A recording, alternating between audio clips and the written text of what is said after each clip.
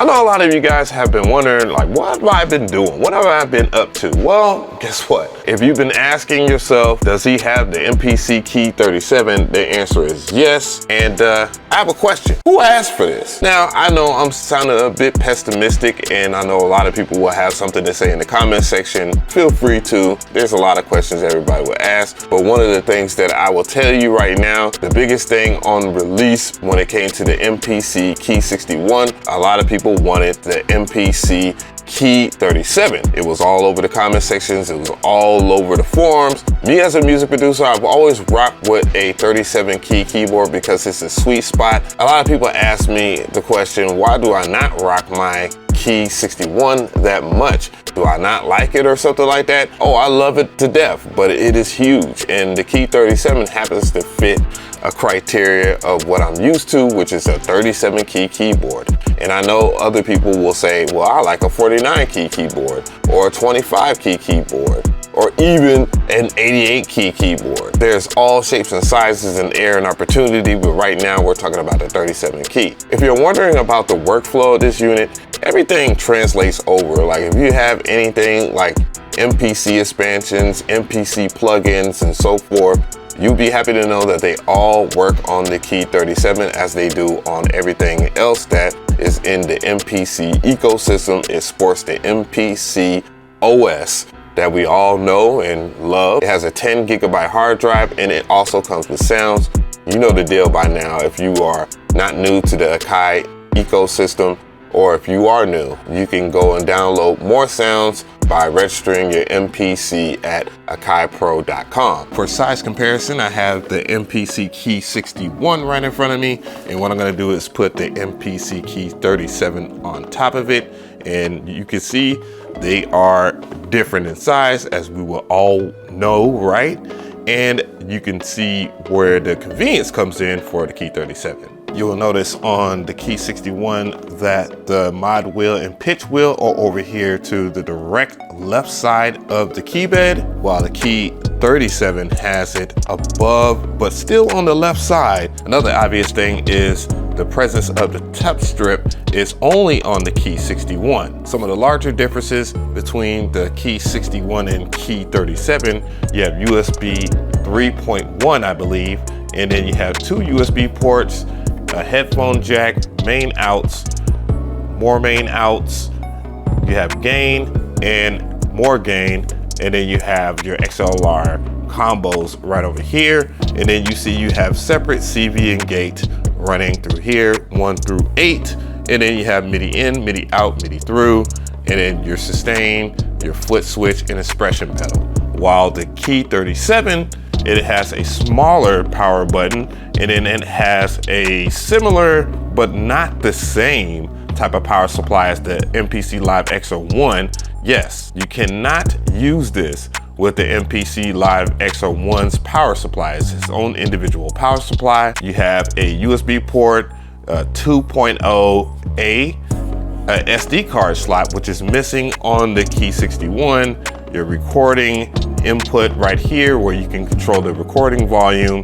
Then you have your input in, main out, phones, and then you see the CV and gate. There's only 4 of them, and it's only a MIDI in, MIDI out, but you still have the sustain, foot switch, and expression pedal inputs. The MPC Key 61 has a removable hard drive bay where you can expand your memory by either a SATA or a solid state hard drive, while the MPC Key 37 does not have an expandable hard drive bay. However, it has an SD card slot, unlike the MPC Key 61. Taking a deeper look at the Key 37 up close and personal, as you can see, I have a great presentation. I can pull down the camera and show off parts without things just dissipating from the screen, and it's not as intrusive as something that's like 61 keys. So anybody that is into like teaching any of the MPC stuff like I am, you know, you'll find it to be very relieving, and it shares some of the design of the MPC One, specifically the MPC One Plus,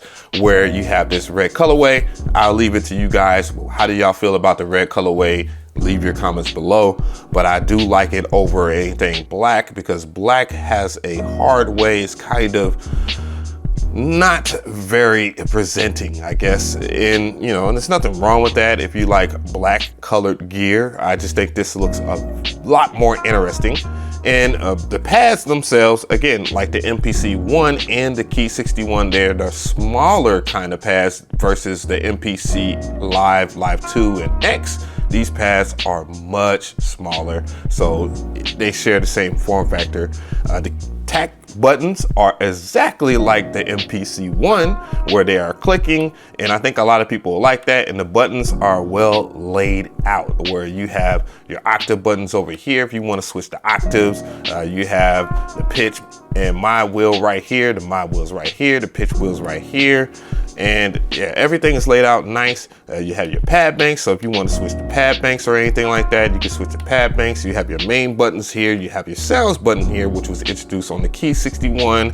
And I guess my only gripe as far as, you know, messing with the sounds button, it kind of gets in the way of your natural workflow of the MPC, because of the fact that, yes, you have this nice UI. You can pick out your preset or whatever, but if you was to go and use this preset on one part, and then you go to, and you can actually navigate which track that you want to be on just by going over here to the track and go to track number 2. You select a different instrument or whatnot, and you go back to main.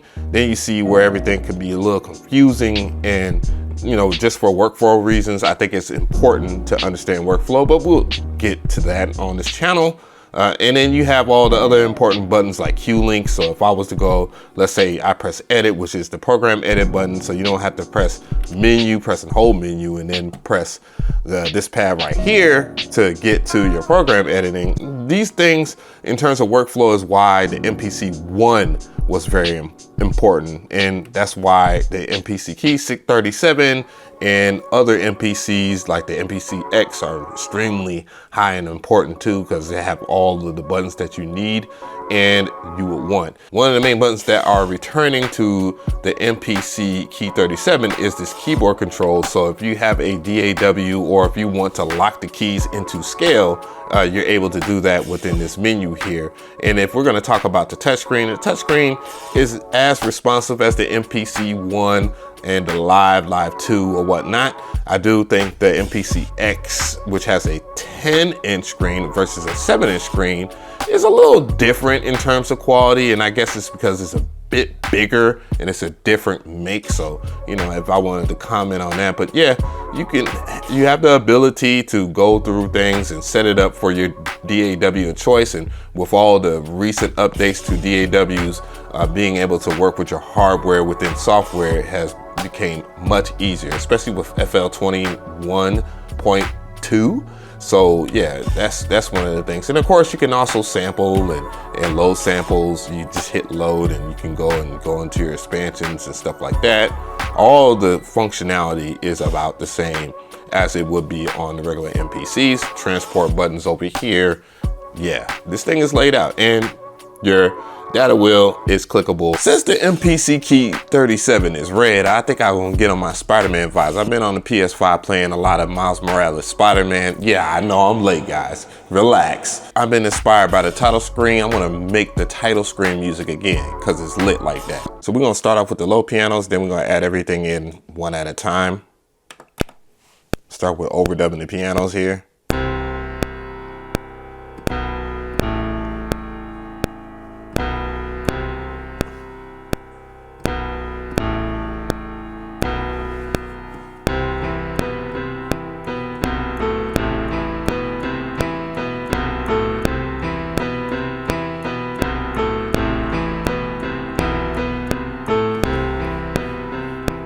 Everything's dubbing kind of clean because it's time correct here. I don't have the best timing, but I'm gonna go ahead and add strings in, and it sounds like this.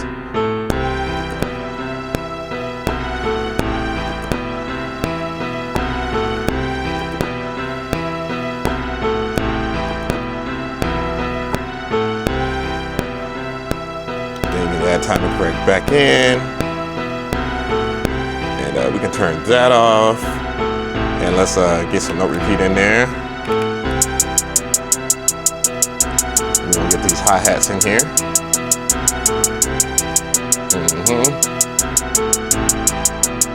Sounded very Spider-Man-like. That Miles Morales.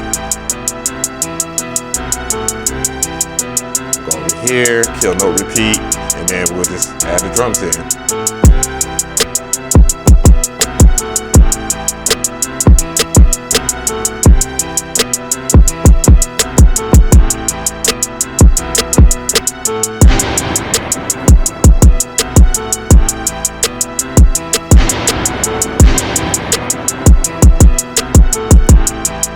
Get the strings up out of here. That's basically it. Now I can bring the strings back in.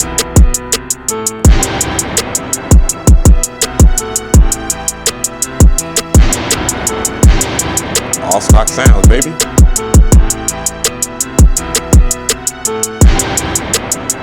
I'm gonna go over here. You hit edit. See that hype sound? It comes stock inside of the MPC Key 37. And then I can go back and use the strings. If you gotta do any type of musical editing of any sort, you just hit the main button. I don't like how loud the hi-hats are, so I'll lower them.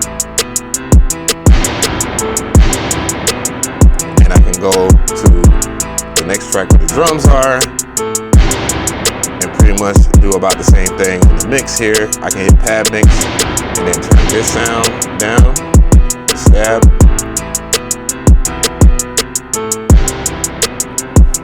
I can even mute it if I wanted to. And yeah, let's bring back those strings though.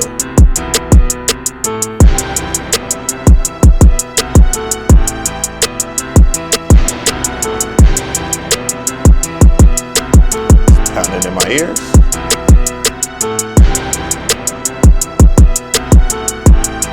Got the volume right here. I love that for any MPC to have the volume right here.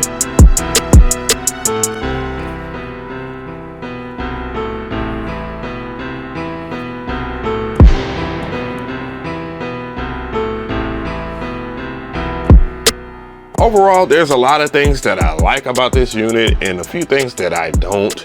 You know, some things that I miss from the Key 61 is definitely the touch strip. You know, the extra buttons, that's here or there. I mean, I make way with the MPC Live 2 not having as many buttons as the MPC 1 or X. So that wasn't such a big hurdle. It'd been nice to have an internal hard drive base so you could put in a SATA disk drive or, you know, SSD drive. Unfortunately, that's not a thing. However, you can use an external hard drive by using the USB hub on the back of it, or you can use an SD card, which is something that you couldn't do on the MPC Key 61, and I was very upset about that. It doesn't have the massive amount of I/O as the Key 61, but again, you can use the USB hub, or you can attach a USB hub on there to expand the USB port. I think that's the right term for it. And then have, you know, whatever you want as far as the audio interface or anything else. So, but the keys feel good, the pads feel good. It has the same ecosystem as any of the other MPCs. I can use this alongside with any DAW, and I can use this as a regular controller. It has keyboard control mode, which is something that was great about the Key 61, but I could not benefit from it because I didn't have the space to use the Key 61. And if you are that type of person that was looking for something that was smaller and more affordable, well, guess what? This is $899. $899. So that's not a bad price. 900 bucks. Dude, you're looking at keys and the same MPC pads and everything else in a standalone workflow or with software. That's pretty decent if you ask me. To the right of me, I have more content for that ass. Make sure that you subscribe. Are you gonna get you an MPC Key 37? Hey, it's open, it's here, 900 bucks. Finally, 37 keys.